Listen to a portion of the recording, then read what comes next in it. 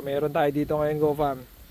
To shout out sa UPL. Huy, what's up, GoFam? Grabe, mahangin-hangin, GoFam. So usually pag ganito mga mahangin, malakas ang ulan, yan o, kita nyo, tatamaan ng BLB.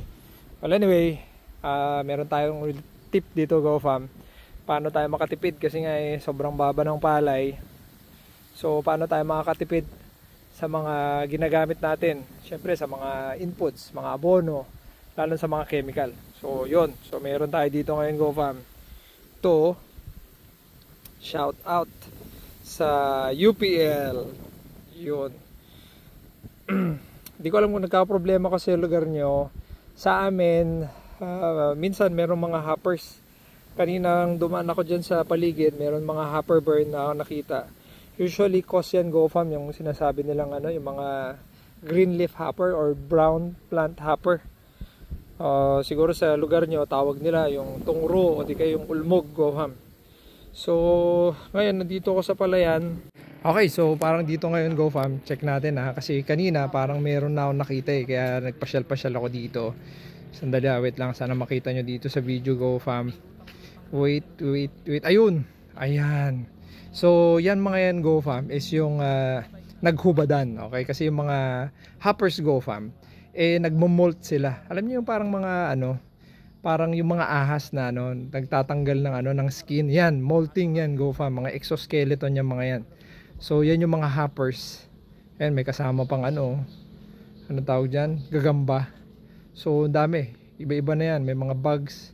Yun. So isang senyales yan, GoFam, na mayroon kayong hoppers sa palayan. So paano tayo makakatipid? Usually, GoFam, titignan natin yan para yung ano, parang generic name. So itong Pylon 50WG, GoFam, ang AI nito or generic name, kunwari sa mga gamot natin, i-take natin, ito naman mga chemical, mga lason, ang generic name nito or active ingredient, GoFam, titignan nyo dito active ingredient, ayan o, para makatipid tayo. So ang active ingredient nito is pymetrozine, GoFam, ayan o. Okay, so ito ay export sa mga leaf hoppers, yung mga sucking insect. Ayan o, aphids, meron din green leaf hopper, brown plant hopper, ito brown plant hopper, ayan.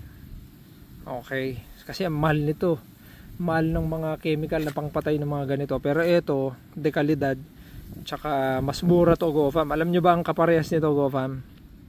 Okay, kaya napaka-importante alam natin dapat yung active ingredient, kasi nga para mas madaling maintindihan to, GoFam, ito yung parang mga ano, generic name ng mga gamot. Kunwari, example na lang, paracetamol. Ayan, yung paracetamol, GoFam, ang daming mga brand yan. Meron kang Biogesic, Neosep, meron kang Alaxan, meron kang Bioflu, pero ang generic name nun, GoFam, ay paracetamol.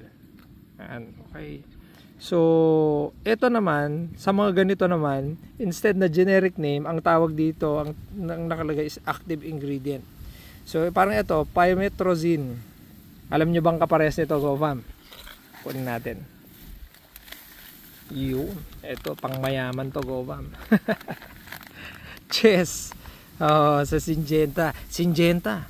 Baka naman. Okay, so kung titignan mo to, ganun din. Tapos titignan mo, GoFam, yung ano, yung active ingredient, ayan o, pymetrozine din, ayan o. Check natin sa kabila, pymetrozine. Ngayon, ang titignan mo next. Okay, next na titignan mo, GoFam, is yung gramo. Ayan, ito 500 gram per kilo. Kasi minsan mas mura nga yung mga ibang mga chemical, GoFam, kasi nga mas mababa yung grams nila. Yun, so isa yan. Okay, next na titignan mo is yung net weight. Ayun o, 80 grams tong chest. Check naman natin yung Pylon, GoFam, 80 grams. Yun, so dun tayo nakakamura, GoFam. So next time na bibili kayo ng mga chemicals, GoFam, yung mga lason, pesticide, insecticide, herbicide, diba? Isa lang pala yun, pesticide, lahat yun. I-check mo yung active ingredient na yan.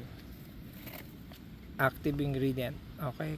Mapa-fungicide, meron din yan, GoFam. Dali, alam ko may sample ako dito eh. Okay, ito. Ito parang UPL na naman to. Okay.